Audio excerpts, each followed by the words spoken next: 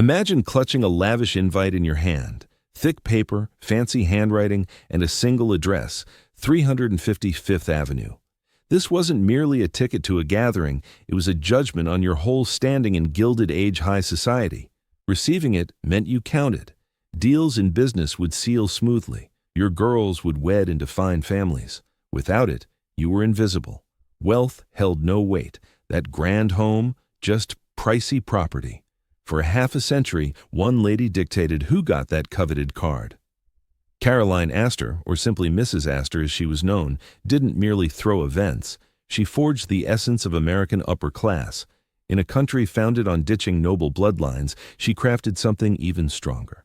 A class system so unyielding that old-world royals watched in admiration. Her tool, design, and buildings. While peers lavished cash on gems, Caroline grasped a key truth. Dominate the venues where elites mingle, and you dominate the elite themselves. Her dance halls acted as filters, her estates stood as strongholds, built to flaunt strength and daunt competitors. The renowned 400, the count that filled her main room, turned into code for U.S. elitism that lingers today, over a century on. That figure wasn't random. It stemmed from the layout, pure calculated brilliance. Yet how did she pull it off? How did a single woman, launching from a simple townhouse, erect a realm where tycoons pleaded for entry? How did she convert property into unbreakable social dominance? Here's how Mrs. Astor's residences handed her complete sway over the Gilded Age. Not via ranks or positions, but via smart property plays and dramatic flair that reshaped U.S. culture for good. Before diving in, if you like these explorations of Gilded Age influence in building design, give a thumbs up and hit subscribe. Your backing lets me keep digging and producing these pieces. Drop a comment too, sharing your views on the subject, or if you've toured these homes. All right, step inside. The townhouse that sparked a dynasty. Back in 1862, Caroline Schermerhorn wed William Backhouse Astor Jr., linking two of Manhattan's ancient wealth lines. The Schermerhorns traced to Dutch elite, classic Knickerbocker roots dating to when the island was New Amsterdam. The Astors brought fresher riches from pelts and cutthroat land grabs by William's granddad, Commodore John Jacob Astor, ancient cash tying to recent gains. It ought to have meshed ideally, but few paid much mind. Manhattan's scene in 1862 was a mess. The Civil War raged on. Wealth surged and vanished in weeks. The old order ruling the city for ages crumbled under waves of factory fortunes pouring in. Who topped the ladder? No consensus. William's dad, spotting a chance to boost their status, took a savvy step. For the nuptials, he gifted the newlyweds top-tier Manhattan ground, a lot on Fifth Avenue at 34th Street. The spot was ideal, central, esteemed, yet still emerging. This predated Fifth Avenue's peak prestige. The elder William saw his present as more than dirt. It was leverage. The pair erected their residence in 1862. Viewed from the street, it stayed purposely low-key. 4 levels, brownstone facade, solid breadth of 50 feet by 70 feet in depth, subtle touches like Nova Scotia, freestone trim on the panes, and a paired stoop framed by Corinthian pillars set it apart. Timeless, proper, free of any brash nouveau riche vibe. This marked Caroline's initial insight into building tactics. Moderation conveys assurance. Her Schermerhorn roots had instilled that real nobility avoids fanfare. The Astors had battled for years against mutterings of coarseness, with Grandpa's trapping empire reeking of pelts and cunning trades. Caroline's townhouse murmured back, "We've fit right in forever." Within, the place showed bolder aims. On the main level, 3 linked parlors formed a seamless party zone. Not huge compared to what came later, but smart. Visitors could drift room to room, suggesting more scale and splendor than the base size implied. The official eatery sported English Regency touches, yet another tip to continental polish that the Astors' newer funds hungered for. But the core was the dance space. Modest size, around 40 by 50 feet. It could hold about 400 if arranged tightly. That tally would gain mythic status. Yet in 1862, it was just sensible. 400 covered all of Manhattan's key players. Each important clan could squeeze into Caroline's hall. The first stretch at 350 Fifth Avenue stayed subdued. Caroline was youthful, honing her part. She ran suppers, modest soirees, the routine amusements of an affluent new bride. No bold moves, nothing hinting at the powerhouse she'd forge. Then, 1869 rolled in and everything shifted. Right opposite on Fifth Avenue, the retail tycoon Alexander Turney Stewart started erecting what would become New York's most enormous private residence to date. Far from a modest brownstone or anything subdued, it was a gleaming white marble palace that seemed plucked straight from Renaissance Italy and plunked down unapologetically on the avenue. Stewart's estate was downright garish by the standards of established wealth, immense, ornate, flaunting its nouveau riche origins through every marble pillar and golden accent. The price tag? Over $2 million, a staggering fortune back then. Finished in 1869, it loomed over the area like a bold business declaration. I'm wealthier than all of you, and I intend for the world to see it.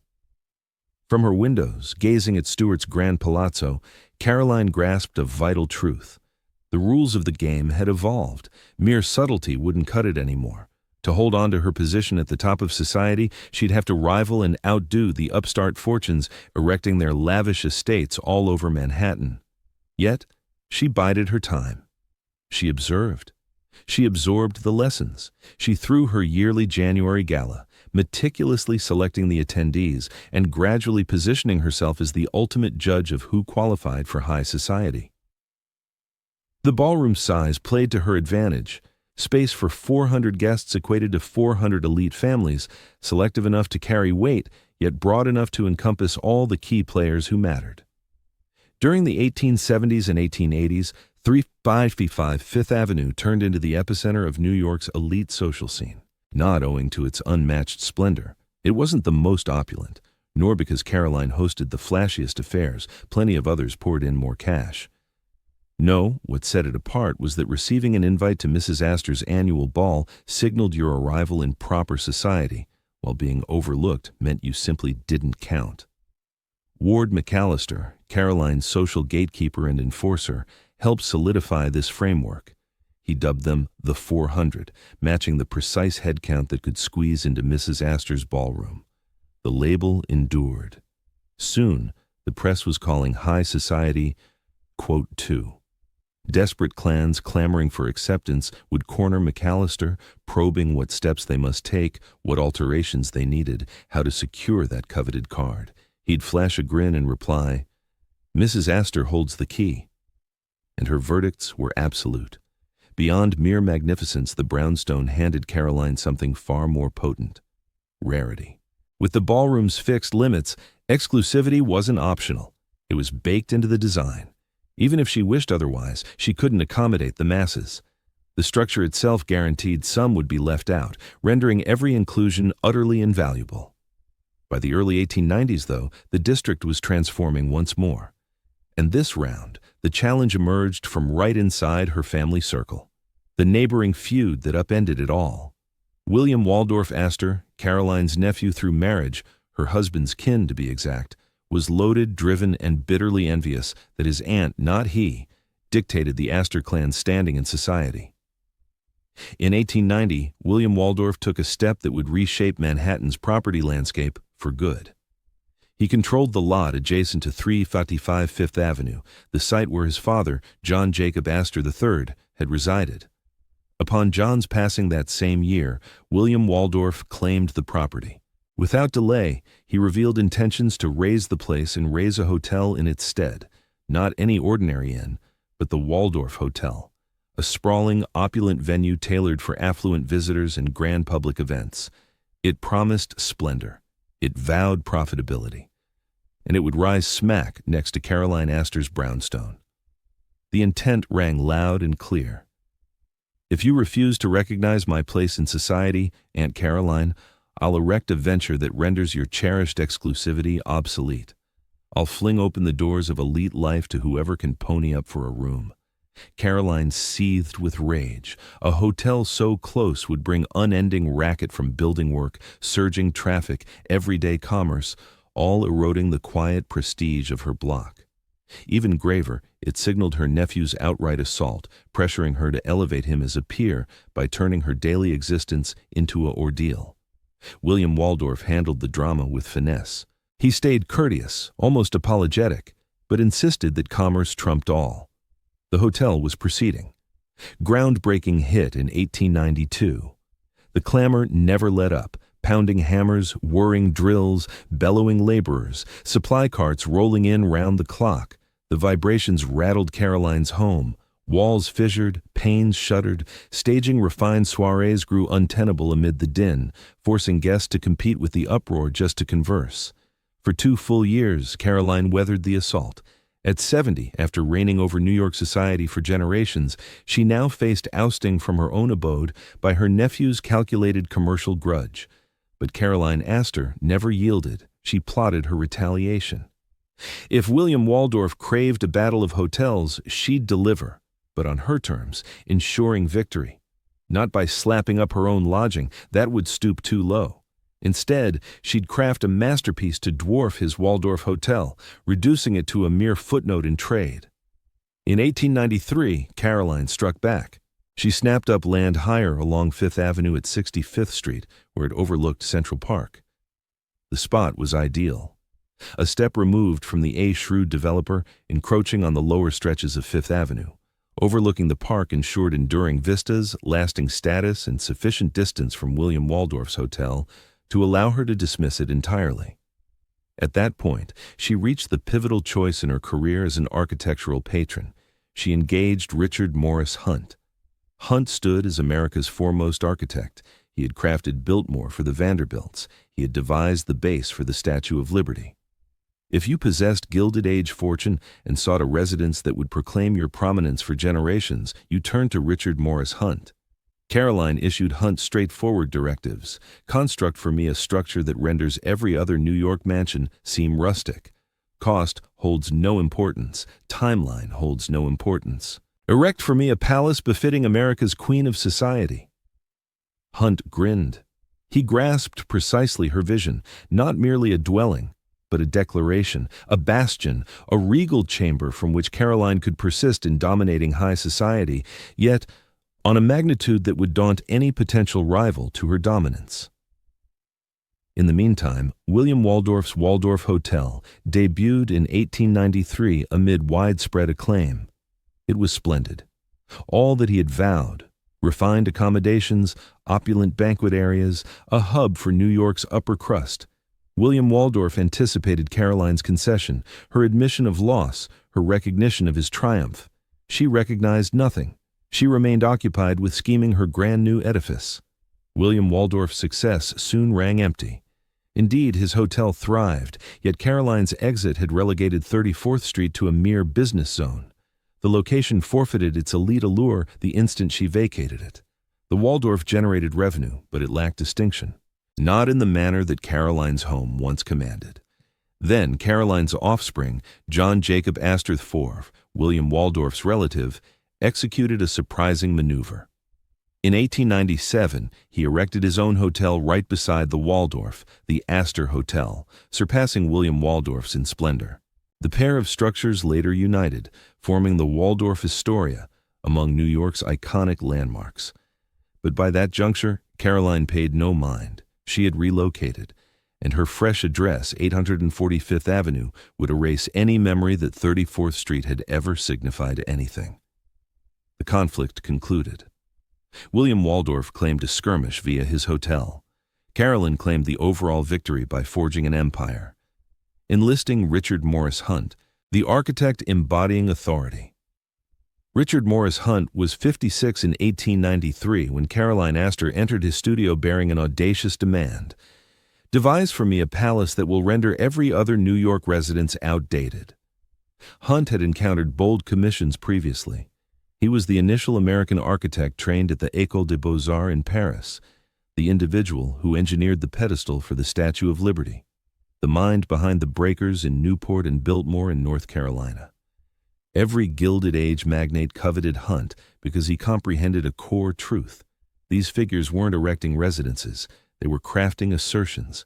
Yet Caroline's demand diverged. She aimed not to establish her place. She already governed society. She vied not against fellow affluent clans. She had surpassed them already.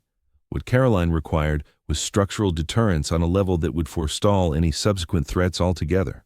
Hunt perceived it at once. This transcended aesthetics, ease, or even magnificence. This involved manifesting power tangibly. He suggested a bold plan: devote 3 months to Europe, examining France's grand chateaux. Not for replication.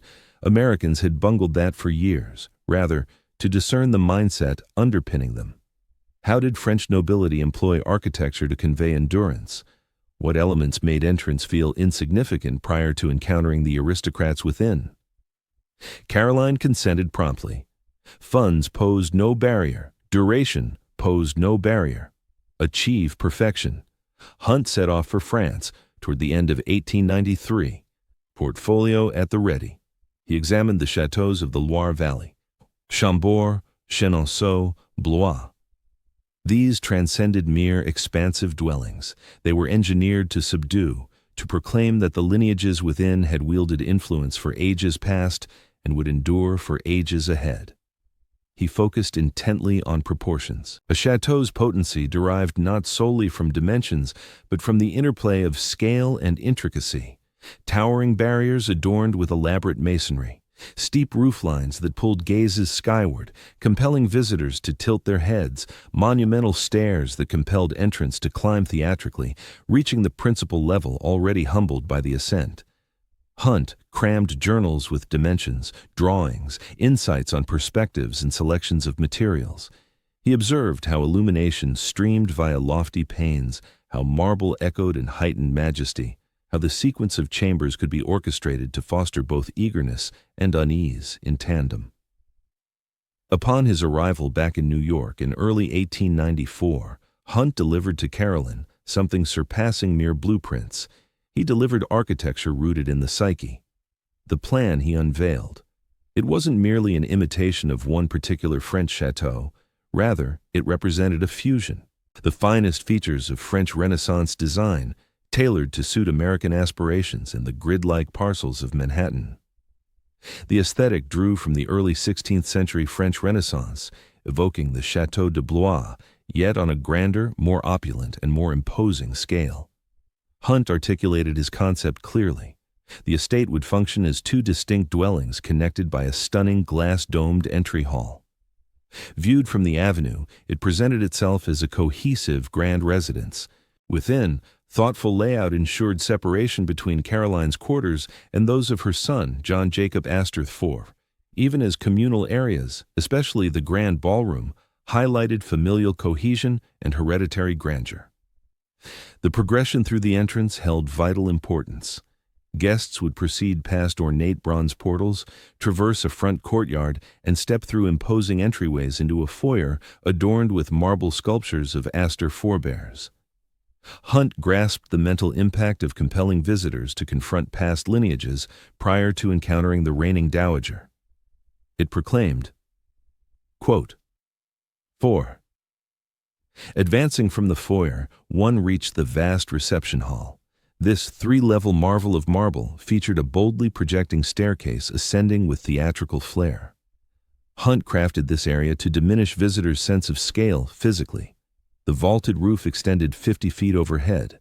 The broad steps could accommodate 10 individuals proceeding abreast, though typically guests mounted them solo, profoundly conscious of their own triviality amid this immense lithic spectacle. Each selection of materials amplified the intended declaration. Indiana limestone clad the facade, enduring for ages and acquiring a noble sheen that implied antiquity from the outset. Caen stone from France lined the inner walls, mirroring the substance of ancient cathedrals. Ebony marble graced the formal dining space, its unyielding mass demanding structural reinforcements, a testament to timelessness. Yet, Hunt also integrated contemporary conveniences concealed within the period facade. The residence incorporated central heating via enormous coal-burning furnaces below, distributing vapor via extensive piping networks. Electrical illumination everywhere, generated on-site, lifts for household members and servants, and up-to-date sanitation with both heated and chilled water in all lavatories. This blend was deliberate. The structure mimicked a 16th-century French chateau externally, but operated with 1890s American ingenuity. Visitors would confront the awe of ancient nobility sans any inconvenience. It amounted to dramatic deception supported by cutting-edge mechanics. Hunt's compensation was considerable, tens of thousands of dollars solely for the schematics. Yet Caroline recognized she wasn't compensating for mere blueprints. She was investing in Hunt's insight into authority, his skill at manifesting societal supremacy in tangible structure. Building commenced in 1894 across two neighboring parcels at 5th Avenue and 65th Street. The plot spanned 100 feet by 100 feet, impressive though not extravagant amid Gilded Age extravagance. Hunt's brilliance lay in evoking immensity via balanced proportions and intricate finishes beyond mere dimensions. He engaged the most skilled artisans procurable, masons from Italy versed in sacred edifices, specialists from France excelling in the elaborate stucco that embellished ceilings across the house. Workshops once devoted to royal European estates now served Mrs. Astor. Hunt appeared at the site each day, scrutinizing particulars himself. Upon delivery of limestone from Indiana quarries, he examined every slab for uniform hue. As Italian workers laid marble pavements, he confirmed alignments to his renderings. Precisely. Such meticulous oversight demanded funds and delays, but Hunt recognized Caroline tolerated no shortfall from excellence. Jules Allard, the renowned decorator of interiors, collaborated with Hunt to fashion the Gallic-inspired furnishings. Allard, having adorned myriad continental chateaux, mastered the vernacular of elite refinement. Timber wainscoting meticulously sculpted in France and transported to New York. Damask fabric panels tailored to Hunt's directives, pieces appearing heirloom yet freshly made, constructed for present-day ergonomics while evoking generations of possession. The endeavor spanned 2 years. By 1896, the mansion stood finished. Hunt had delivered precisely what Caroline desired, a stronghold rendering every other New York home seem rustic in contrast.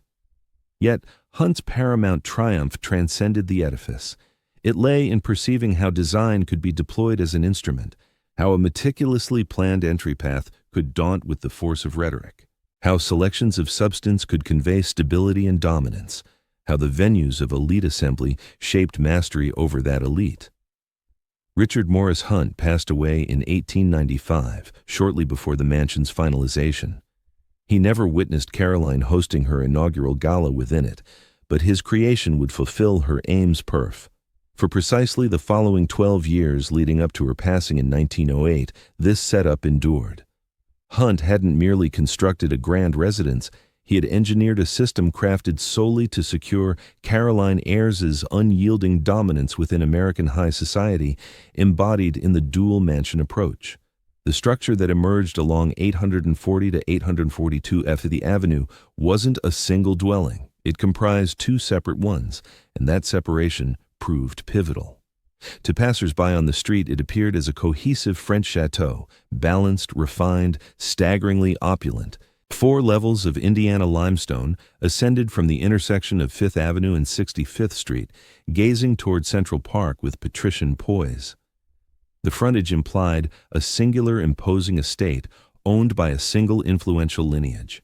Yet concealed within that seamless shell existed deliberate division.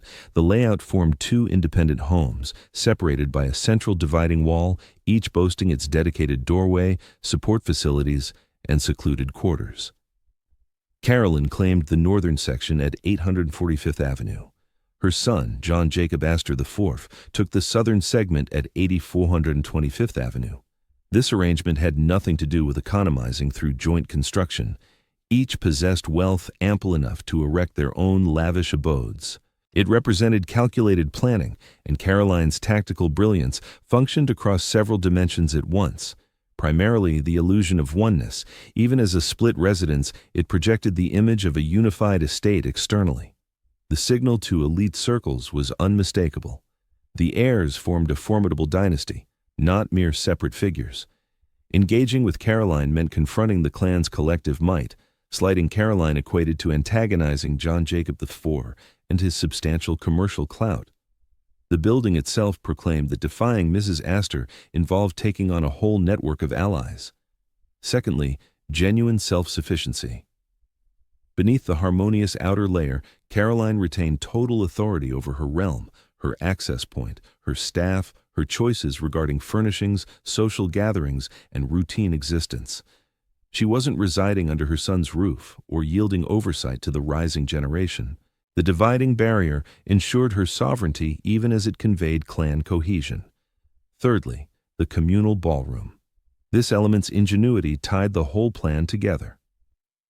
Positioned at the building's back, the ballroom extended across the full breadth of both halves. Both Caroline and John Jacob IV could enter from their own domains, yet Caroline held sway over it. The ballroom belonged to her domain, her protocols, her invitations. John Jacob IV might utilize it with her permission, but all knew this was unequivocally her ground. And what a venue Hunt had devised, a hall capable of hosting 200 attendees, triple the size of Caroline's former brownstone ballroom. Measuring 60 ft across and 80 ft in length, with a 25 ft vaulted ceiling, it was vast by every measure, yet Hunt's ratios avoided any sense of emptiness. The balance of elevation to breadth fostered a sense of closeness amid the expanse. The flooring featured gleaming parquet oak arranged in complex motifs. One entire side gleamed with huge mirrors that amplified the room's scale and bounced back the glow from candles, or eventually electric bulbs, crafting the effect of boundless expanse teeming with crowds. In milder seasons, French doors on the park side could swing wide, linking the space to an outdoor balcony. Yet the ballroom's true stroke of mastery lay in its sizing. The figure of 200 held deliberate intent, not whimsy. Caroline's previous venue fit just 400, a number that had evolved into code for the pinnacle of American society. That select 400 embodied all the key players, crammed into one chamber at her yearly January affair. Its exclusivity stemmed from that very limit. The expanded 200 capacity upended the equation. Caroline could now preserve her core 400 as the innermost elite while welcoming 800 more in layered circles of waning proximity. The room's layout physically embodied the social pecking order. The central zone, nearest where Caroline greeted arrivals, stayed the hallowed ground for the 400's customary realm. But an additional layer now fit, noteworthy yet peripheral clans, industrial titans whose wealth was fresh enough to bar total inclusion but potent enough to warrant notice. Overseas aristocrats touring America, lawmakers whose sway proved valuable despite middling lineage, and the ballroom's fringes, remotest from Caroline, could house a further stratum.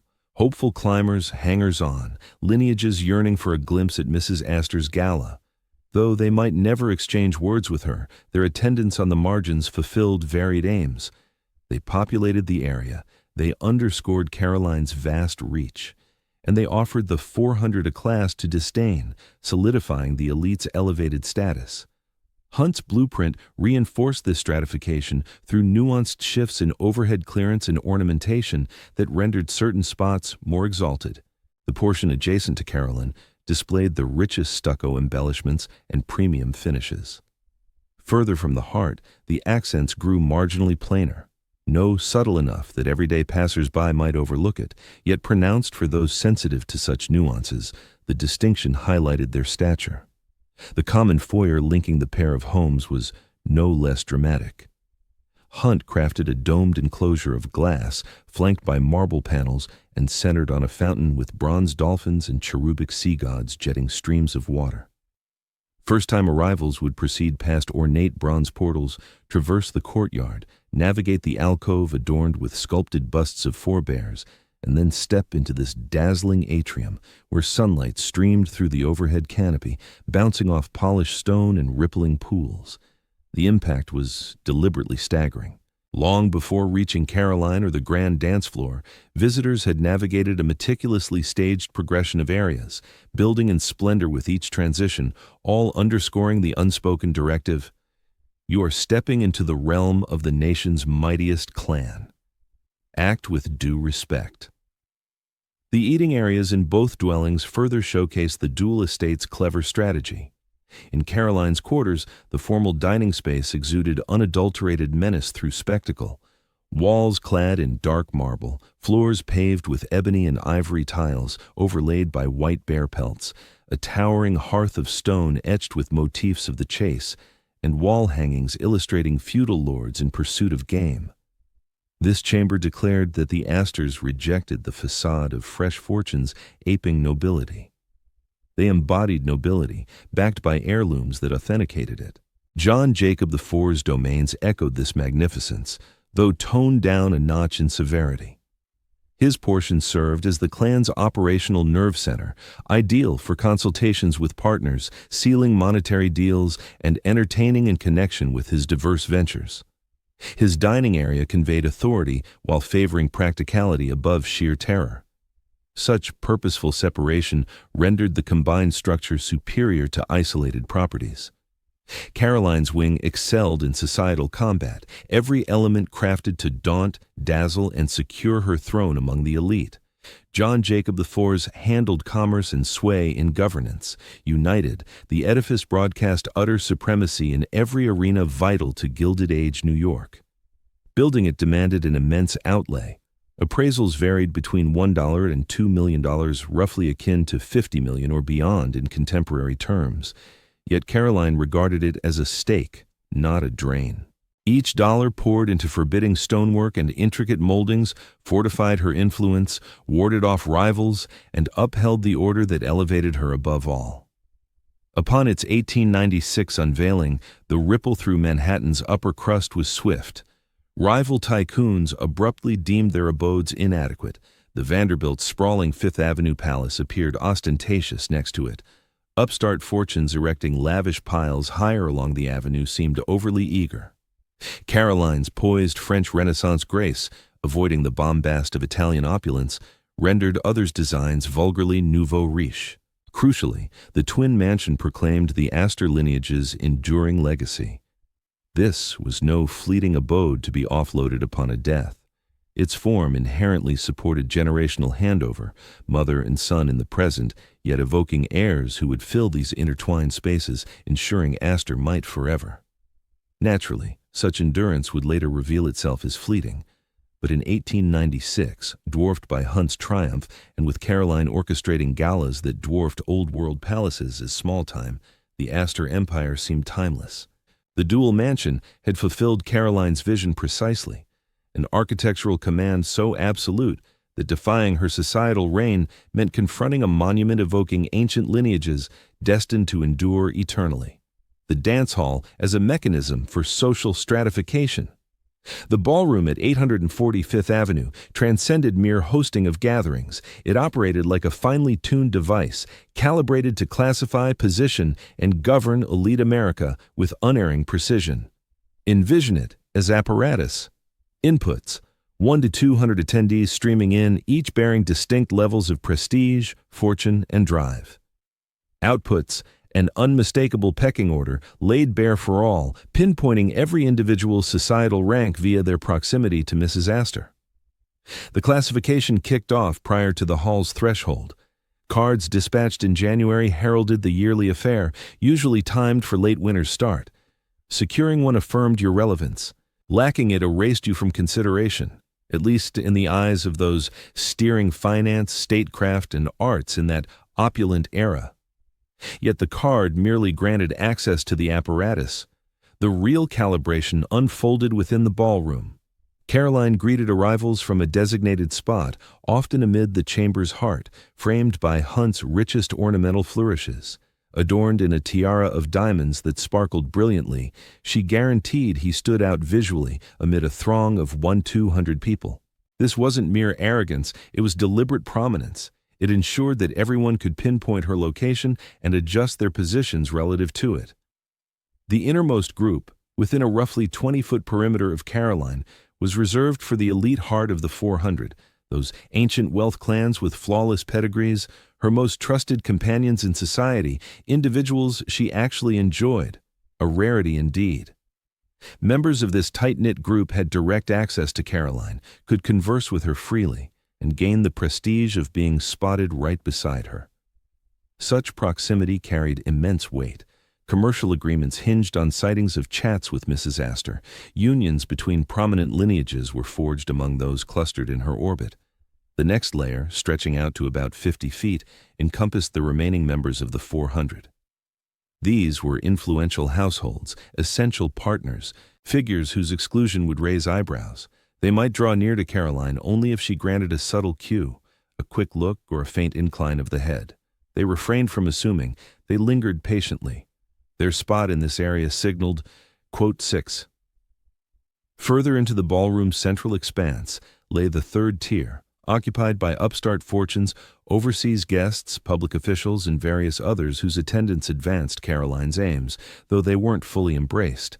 They had a view of her and could observe the privileged zones, yet they required an explicit summons to get closer. Their numbers swelled the gathering, lending it grandeur by volume alone. Still, they provided backdrop, not core value. At the fringes, hugging the walls and tucked into alcoves, gathered the hopefuls, households that had snagged invites but whose standing remained tentative. They qualified for entry on paper, but their remoteness from the hub underscored their peripheral role. Many lingered in these distant spots throughout the evening, never venturing toward Caroline, content merely to claim participation in the event. This spatial ranking gained strength from Caroline's deliberate navigation of the space. She chose to mingle purposefully, not haphazardly. She progressed from the core toward the outskirts in expanding loops, offering short interactions in each area before looping back to the middle. The sequence of her path revealed hierarchies. With the first ring came extended dialogues, the second brought courteous interactions, the third received mere nods of recognition. The margins might get nothing beyond a far-off gesture. Ward Mallister, her social arbiter, orchestrated these movements with tactical precision akin to commanding troops. He understood precisely who merited notice, who could be overlooked, who needed measured engagement to sustain allegiance without implying elevation. Stationed close by Caroline, Mallister discreetly directed the flow, signaling whom to advance, whom to hold back, whom to redirect to the edges. The venue's architecture bolstered this framework. Hunt had incorporated nuanced differences in illumination and ornamentation to delineate the areas subtly. The focal point around Caroline boasted the finest overhead embellishments, bathed in optimal glow from strategically arrayed gas lamps in that era, evolving to electric pendants that spotlighted the central cluster while casting softer shadows on the peripheries. The reflective panels lining one side fulfilled several roles. They expanded the apparent scale of the room, certainly, but they also enabled attendees across the floor to track Caroline's whereabouts and motions discreetly, without overt gawking. One could position oneself back to the hub, seemingly absorbed in dialogue, while glancing at the reflections, to note who neared Mrs. Astor, the duration of their exchange, and the signs of acceptance or rebuff. The sound engineering proved just as astute. The chamber's dimensions ensured that discussions among the inner echelons stayed confidential amid the bustle. At 20 feet away, you caught none of Caroline's words. Yet, within her close radius, subdued voices carried clearly. This sonic seclusion amplified the sense of privilege. Proximity sufficient to catch her exchanges marked you as significant. The yearly gala's placement in late January held calculated intent. It capped New York's winter round of elite gatherings, following prolonged jockeying for spots. The affair acted as the season's judgment, securing a place on the roster validated a year's worth of societal maneuvering. Exclusion spelled defeat. Its slot in the schedule granted families 11 months to maneuver for the following year's nod, sustaining their efforts to curry favor with Mrs. Astor throughout the cycle. Compiling the invitees unfolded like a drama in its own right. Mallister convened with Caroline often over the prior year, reviewing clans that had ascended or plummeted in her regard. A corporate misstep, a split in matrimony, a union deemed unsuitable, or slights at lesser functions. Any such lapse could erase a name. On the flip side, a thriving enterprise, a shrewd alliance, or apt shows of respect at comparable occasions might secure reinstatement. Social gatherings like these could open doors for families once shut out, potentially earning them a spot on the guest list. Though the roster was never formally released, word always spread about who had made the cut. The following day's press coverage would detail the affair meticulously, naming key attendees and recounting every lavish aspect. Those fortunate enough to join in would drop hints about it in chats for weeks to come. The uninvited, meanwhile, would offer polite alibis, a trip away, a family member's ailment, or a conflicting commitment elsewhere. Exclusion went unspoken, yet it hung in the air for all to sense. Beyond that, the venue doubled as a venue for forging unions. Affluent parents paraded their eligible daughters there, aiming to pair them with promising sons from comparable pedigrees. Visibility at Mrs. Ayres's affair boosted a debutante's chances in the marriage game considerably. Skipping it hinted at underlying issues with her lineage or her own standing. Unions sparked by encounters at such events merged wealth, solidified commercial alliances, and upheld the class structure across eras. For gentlemen, the setting was equally a hub for professional ties alongside prestige. Proximity to the core group granted entry to discussions among tycoons, shaping deals on funding, collaborations, and manufacturing projects. A single exchange amid Mrs. Ayres' festivities might unlock ventures valued in the millions. Being left out equated to forfeiting those dialogues, those prospects, those vital connections. The brilliance of the arrangement lay in its demand for ongoing effort. One appearance didn't guarantee lifelong entry. Prestige required yearly renewal via impeccable conduct, clever networking, and above all, unwavering respect for Mrs. Ayres' sway. The layout of attendees might shift modestly from season to season as households gained or lost favor in Caroline's view, yet the fundamental setup endured, layered rings expanding outward from the heart where Mrs. Astor held court in her sparkling crown, orchestrating the nation's upper crust with masterful design. Beechcliff stood as the seasonal base. If Manhattan fueled the cold weather amusements, Caroline recognized that genuine noble power demanded a seaside stronghold. Beechcliff dominated 9 acres along the shore, at 580 Bellevue Avenue in Newport, Rhode Island, the playground of America's elite during summer. The estate stretched over 16,400 square feet, boasting 39 chambers of opulent Italian flair, overlooking the ocean in homage to the old-world palaces that shaped its splendor. Erected in the 1850s as a seaside retreat, Caroline elevated it to her warm-weather command post via Richard Morris Hunt's lavish updates from 1888 to 1890. Hunt's Seaside Hall embodied extravagant drama. Herringbone oak flooring and undulating designs flowed under dancers' steps. Fixtures styled like kelp and brass gleamed over sculpted panels, showing sea gods and goddesses. The space featured 800 glass panels, reflective surfaces, and plentiful outward-opening portals that turned night soirees into dreamlike aquatic scenes. Far from mere fancy, the maritime motif drove home a point. The Ayres not only ruled the city's elite realm, but bent the elements to their will. The hall could fully embrace the sea air, dissolving lines between indoors and out, implying Caroline's reach stretched past the estate to claim the shoreline itself. Between 1881 and 1908, Beechcliff anchored Newport's social whirl through the 8-week getaway period. Caroline orchestrated grand bashes for her select set, climaxing with her annual gala that set the tone for the next cycle's rankings. Hunt's custom hall fit the entire roster of the 400, allowing the nation's top tier to assemble beneath a gloriously adorned ceiling with the waves in view. The warm months in Newport diverged from Manhattan's urban pace. Here, relaxation ruled, sailing, racket sports, shore pursuits, but idleness treated as a rivalry. Who owned the sleekest vessel? Who threw the tightest affairs? Which clans could forsake work for 8 weeks of sumptuous hosting? Caroline's attendance validated the whole resort enclave. Households barred from Beechcliff soirees found themselves sidelined from the local scene, no matter their fortune. Following Caroline's passing in 1908, the site changed hands repeatedly, ultimately turning into an interactive heritage exhibit. In 2010, Larry Ellison, Oracle's creator, acquired Beechcliff for $10.15 million and initiated a sweeping revival costing over $100 million. Guided by designer John Grosvenor, the effort seeks to revive its 1881 look, establishing the Beechcliff Art Museum to display Ellison's trove of European masterpieces from the 1700s and 1800s. The work encompasses reconstructing the striking vaulted loggia felled by Hurricane Carol in 1954 and reviving Hunt's timeless elements eroded by the years and climate. The fact that a technology magnate poured more than $100 million into reviving Caroline Ayre's seasonal retreat underscores how the allure of Gilded Age opulence continues to mesmerize, long after the societal framework it embodied has crumbled. Ferncliff, the baronial domain. Beneath the lavish reception halls stretched Ferncliff, encompassing 2,800 acres in the Hudson River Valley that embodied the Ayres family's boldest aspiration. Establishing a native elite demanded not only societal preeminence, but genuine feudal-style estates.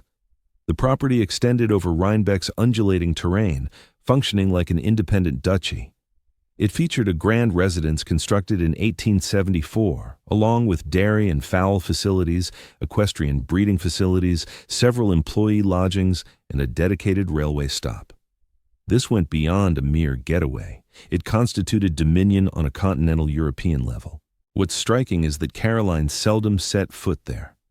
She favored continental health resorts over rustic U.S. scenery. Ferncliff captured William's enthusiasm and, subsequently, John Jacob Ayresforth's oversight.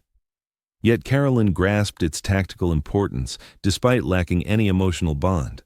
In the Gilded Age, elite standing hinged on displaying wealth derived from property, beyond mere commerce.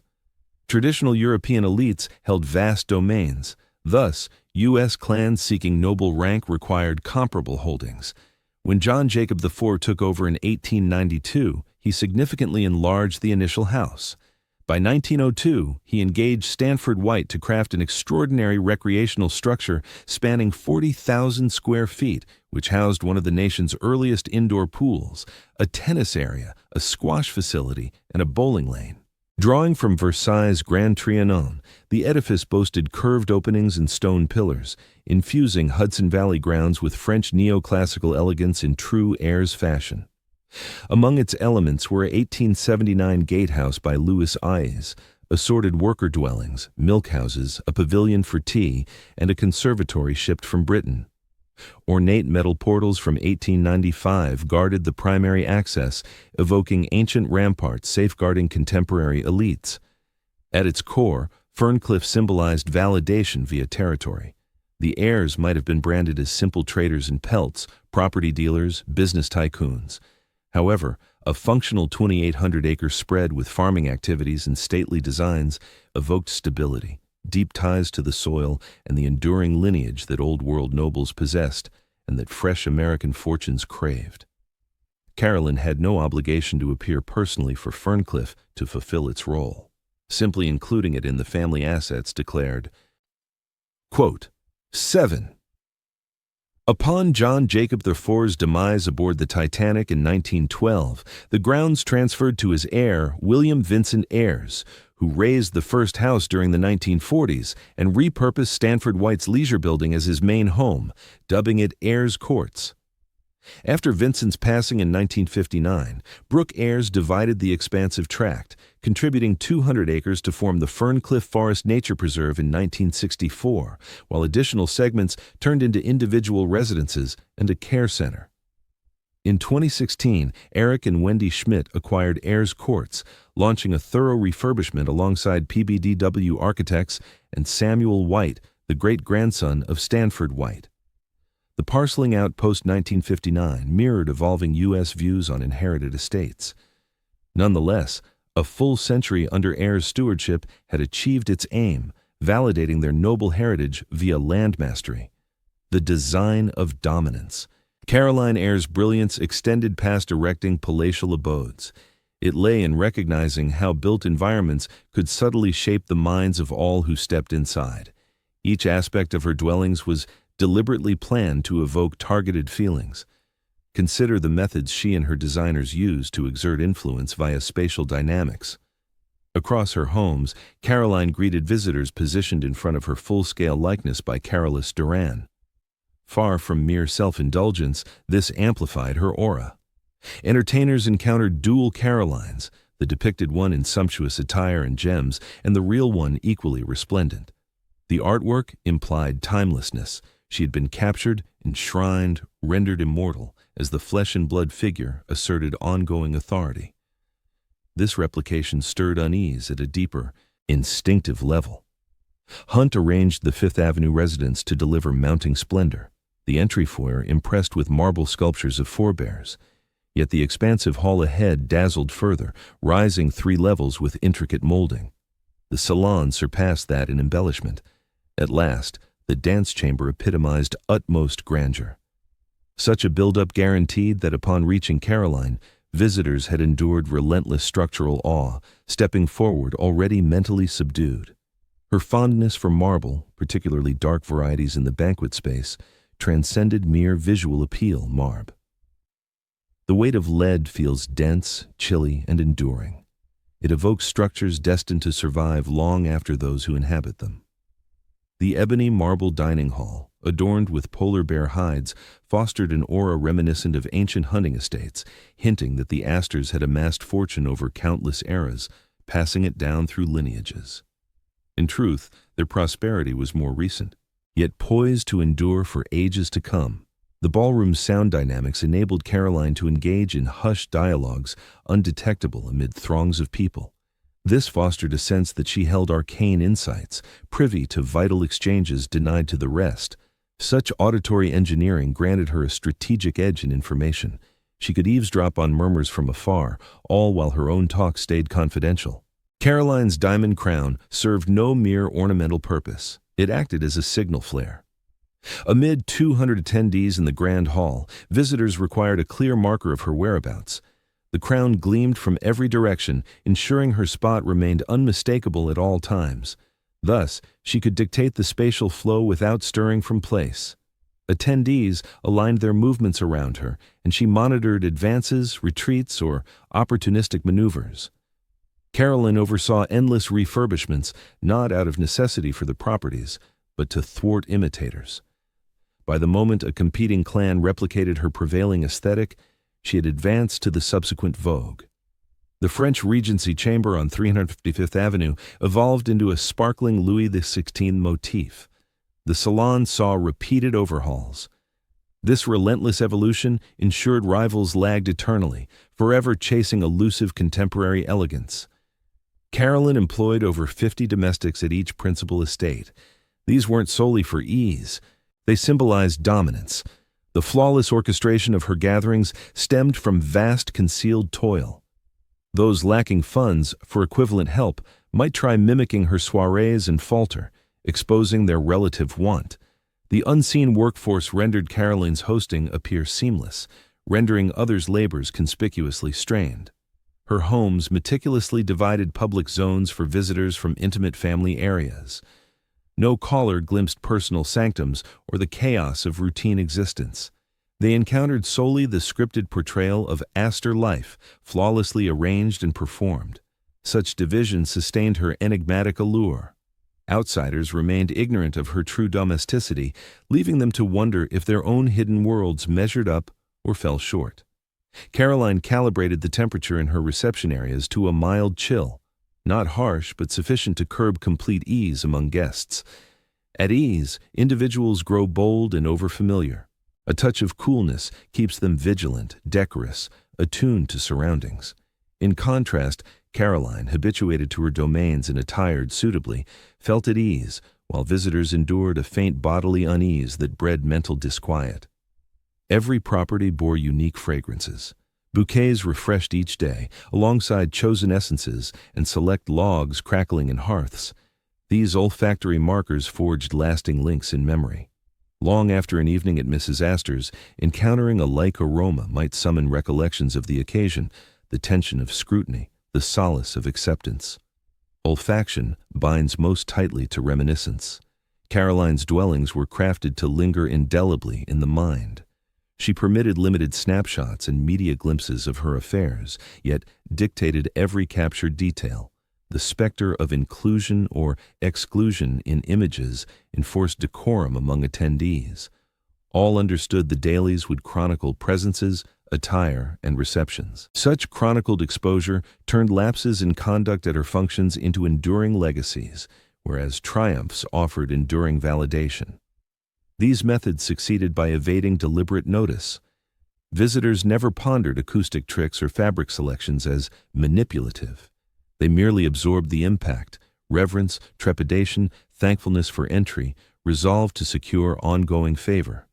The built environment handled Caroline's bidding, upholding authority as she embodied the poised entertainer in splendid abodes.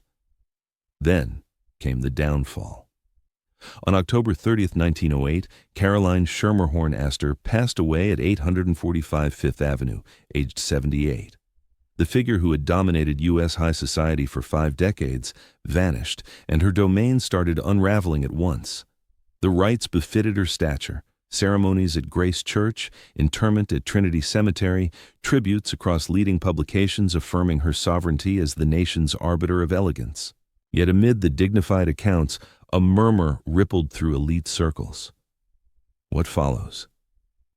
John Jacob Astor IV claimed his mother's opulent residence. He held title to the edifice, its contents, the tangible realms where Caroline possessed immense influence. However, the commanding presence she held vanished upon her passing, leaving John Jacob IV without that vital inheritance. He made efforts to uphold her legacy by organizing events at 848-42 Fifth Avenue, striving to echo his mother's customs, yet a crucial essence eluded him. Attendees arrived without fail. Who could decline an invitation from the Astors? Still, these occasions rang empty. Absent Caroline positioned in front of her portrait, welcoming visitors with her unique blend of warmth and subtle menace, the residence reduced to merely an opulent setting. The Grand Hall, once a precise arbiter of American elite circles, devolved into an ordinary chamber. Vast and elegant, without question, but stripped of its former ability to dictate status based on nearness to the hostess. John Jacob IV simply did not share his mother's talent for leveraging grand structures to shape societal dynamics. Gender played a role in this shortfall. In Gilded Age customs, females held sway over social affairs in ways males could not. For a gentleman, such hosted events often served commercial connections or political alliances. For a lady, they constituted the vital task of sustaining the social fabric. Thus, John Jacob IV could never fully step into his mother's position, as it was intrinsically tied to femininity in turn-of-the-century America. Yet the deeper issue lay in how Caroline's constructed order demanded her singular traits: her calculated acumen, her veiled severity masked as courtesy, her vast reservoir of insights into the ascents and declines of prominent lineages and their causes. This form of dominance defied easy handover.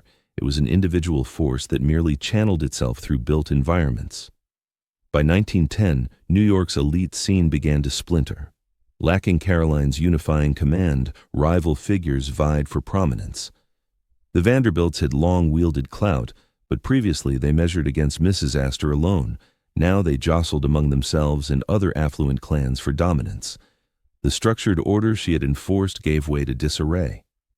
Then came April 15, 1912, when the Titanic went down, claiming John Jacob Astor IV's life. He had been journeying alongside his second spouse, Meline, who was 3 decades younger, a union that stirred debate for flouting decorum. Through vast fortune and the Astor prestige, John Jacob IV had compelled acceptance of the match, though it drained social leverage his mother would have scorned expending on private whims. His demise amid the ocean waves carried unmistakable import.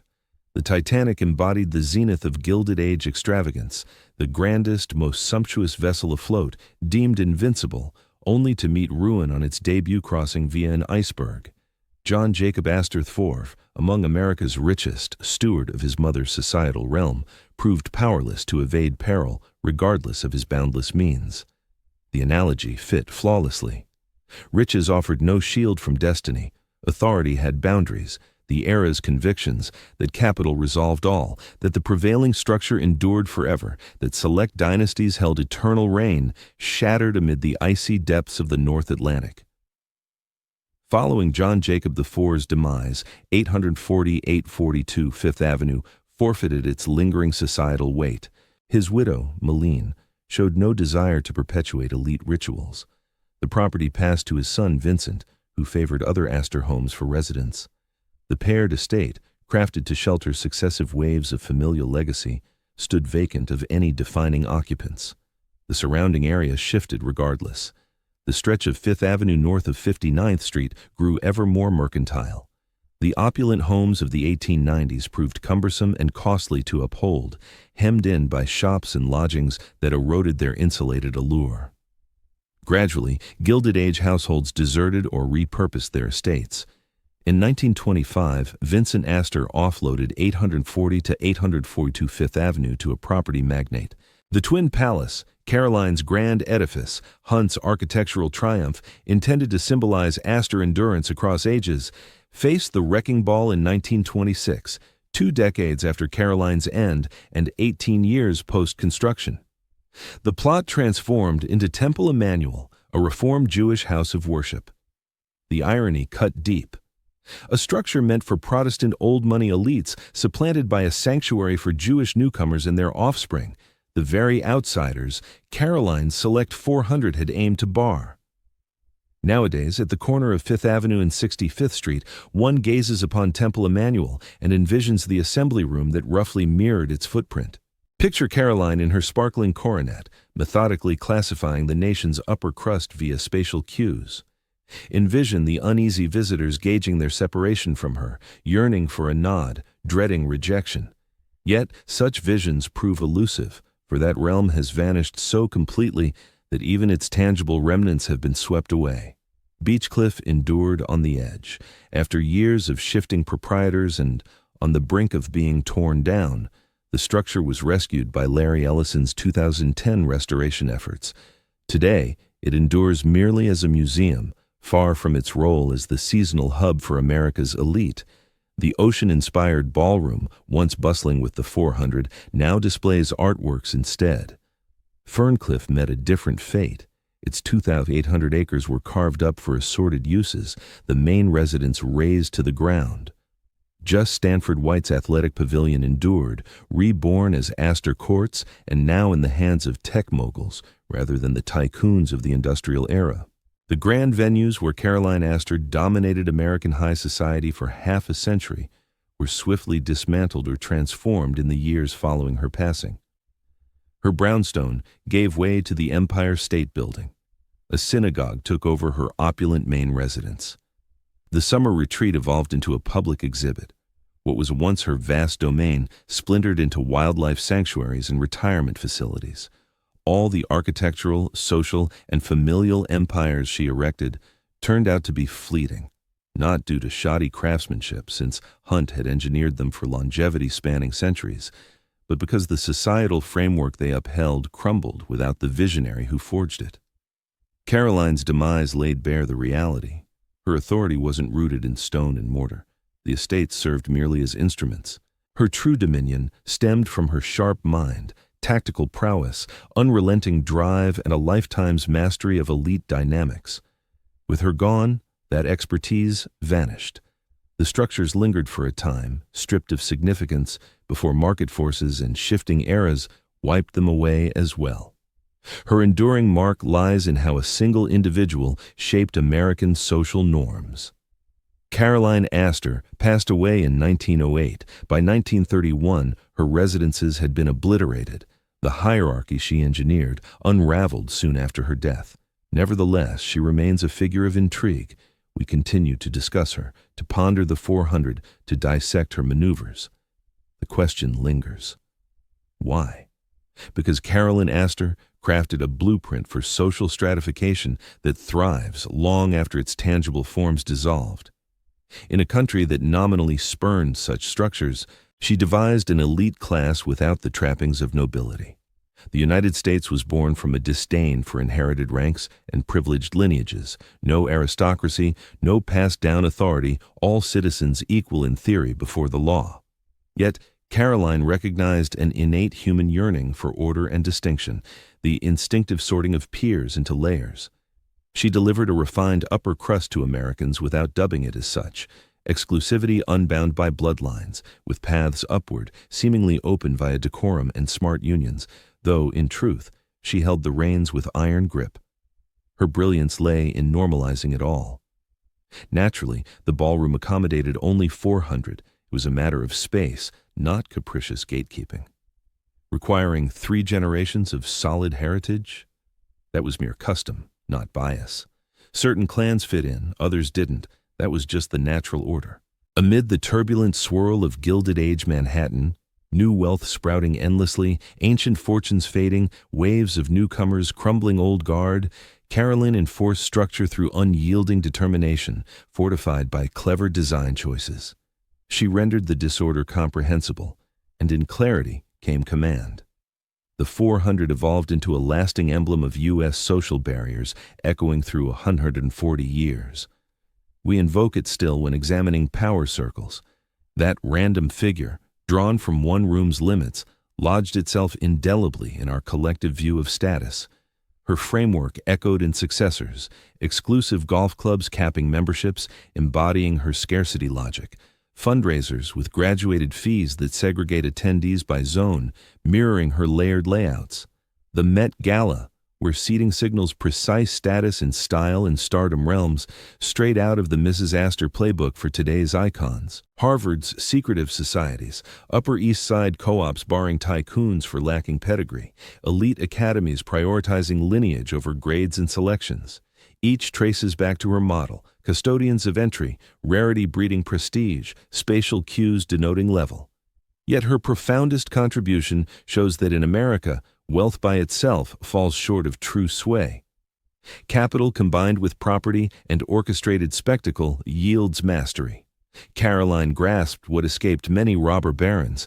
You can't purchase entry into the inner circle. Instead, erect rival networks that sideline the old guard or compel their recognition of your fresh stronghold. Hence, her choice to construct estates over merely joining others' soirees, to forge distinct realms rather than beg inclusion. She never pleaded for approval. She positioned herself as the arbiter all others courted. The echoes in our era are vivid. Tech billionaires are now constructing secluded retreats and organizing elite gatherings at their sprawling properties. They're essentially adopting Caroline's approach. Stars who launch their personal ceremonies in philanthropic gatherings rather than showing up at established ones are employing the identical tactic. Whoever develops exclusive environments and then regulates entry to them is applying methods that Caroline honed over 130 years back. The fate of her estates demonstrates that even the most imposing structures are fleeting. The Empire State Building now occupies the spot of her former brownstone, and likely fewer than 1 in 10. 000 visitors to it realize an Astor mansion once stood there. Temple Emmanuel took over her most opulent residence, and worshippers inside probably never picture Caroline orchestrating high society in virtually the identical location generations before. This transience could appear as defeat. Caroline erected a vast domain, yet it disintegrated in mere decades. Still, that might not be the best gauge of her triumph. After all, what she truly forged, the ideas, the methods, the insight into the mechanics of social influence, endured long after the structures vanished. Whenever individuals leverage design to broadcast dominance, they're tracing Caroline's path. Whenever exclusivity is engineered to boost desirability, that's her method at work. Whenever someone forges their own domain instead of seeking admission to established ones, that's her blueprint. She demonstrated that in America, absent any formal nobility, it's possible to forge an informal elite class through orchestrated social performances in meticulously crafted built environments. You can rank individuals into tiers they'll embrace as innate, rooted in spatial layouts over overt regulations. You can dictate significance by dictating attendance at venues where the influential convene. The estates have vanished, the social order imploded, the Astor lineage splintered, yet the framework persists. For Carolyn, Astor grasped a core truth about humanity. We crave clarity on our position. Offer a straightforward pecking order, and most will settle into theirs, particularly if that order is rendered tangible via surroundings, via positioning in space, via imposing designs masked as gracious welcome. She turned property into a tool of influence, and that tool stays within reach for anyone who comprehends her mastery of it. That's her enduring mark. Not the raised palaces, but the wisdom that design combined with tactics yields authority. That location shapes rank. That mastering terrain equates to mastering its inhabitants. A single individual, 4 key residences, 5 decades of unchallenged social command. The edifices are no more, but her validation remains. Architectural planning can conquer American elite circles. That insight endures. It's why we continue examining her. It's why her narrative resonates. For anyone seeking to grasp authority, its construction, its sustenance, its inevitable decay, lessons abound from Caroline Astor. The figure who governed the Gilded Age from salons, ingeniously engineered to classify America's upper crust with clockwork accuracy. The figure who recognized that in America, whoever orchestrates the gathering holds the reins.